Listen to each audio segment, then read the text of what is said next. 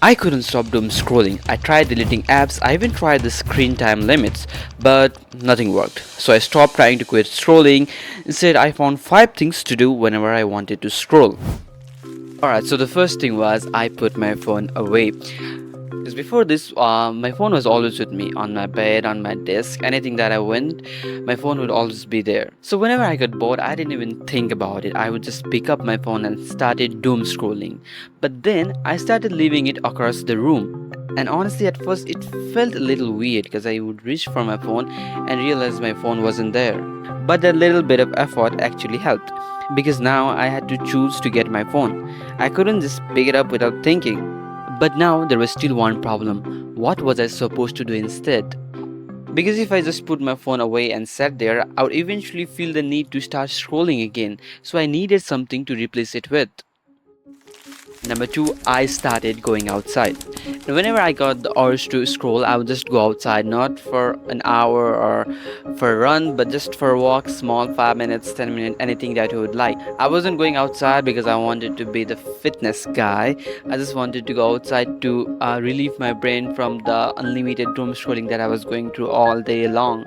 And and it worked. A few minutes outside was enough to keep my brain occupied and not fall into the same pit again. There's a reason it felt different. As writer John Moore put it, and into the forest I go to lose my mind and find my soul. I wasn't finding my soul every time that I went out, but definitely I was getting my mind off from that phone. Still, I couldn't go outside every time I wanted to get off my phone, so I had to find something that I could do immediately on there.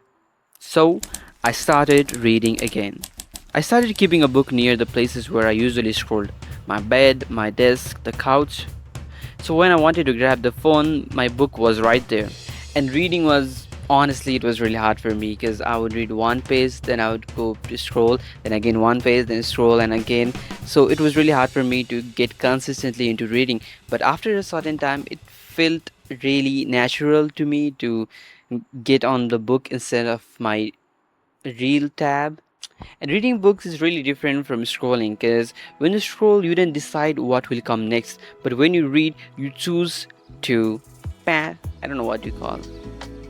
But with the book, I choose to turn the pages. There's a famous line from Cal Newport: clarity about what matters provides clarity about what does not. And I started realizing that I didn't need to consume everything, I just needed to consume what was worth my attention. But reading showed me something that I hadn't realized in a long time, that I was always consuming something: video, text, or anything that I was always consuming. So I wanted to try something opposite. So then I started creating things. Instead of always watching something, I started making videos. The one you're watching right now. Sometime I would film, sometime I would edit, and sometime I would just take my time, write a script. It would take me like more than 2 hours to get this all thing done, but those 2 hours feel absolutely good instead of just doom scrolling all day long. And that thing changed how I looked at my free time.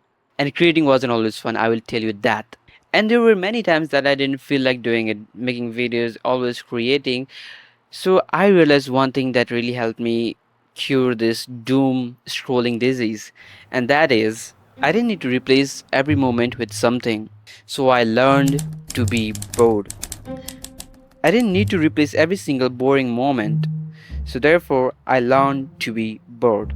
And this was probably the hardest one because you had to sit with no phone, no distraction, no creating anything. You just have to sit there and sit there. I mean, it is boring and it will get boring, but I realized to stop running from it. And I started letting those empty moments be really empty. And I started to notice changes. As Blaise Pascal once wrote, all of humanity's problems stem from man's inability to sit quietly in a room alone. Obviously, doom scrolling is not gonna change your life or solve your every problem, but eventually it made me realize that you don't have to fill your every seconds, every bit of your mind emptiness with something entertaining. And maybe sometimes we just need to be okay with being bored. And after learning that, my phone didn't really feel like something I needed.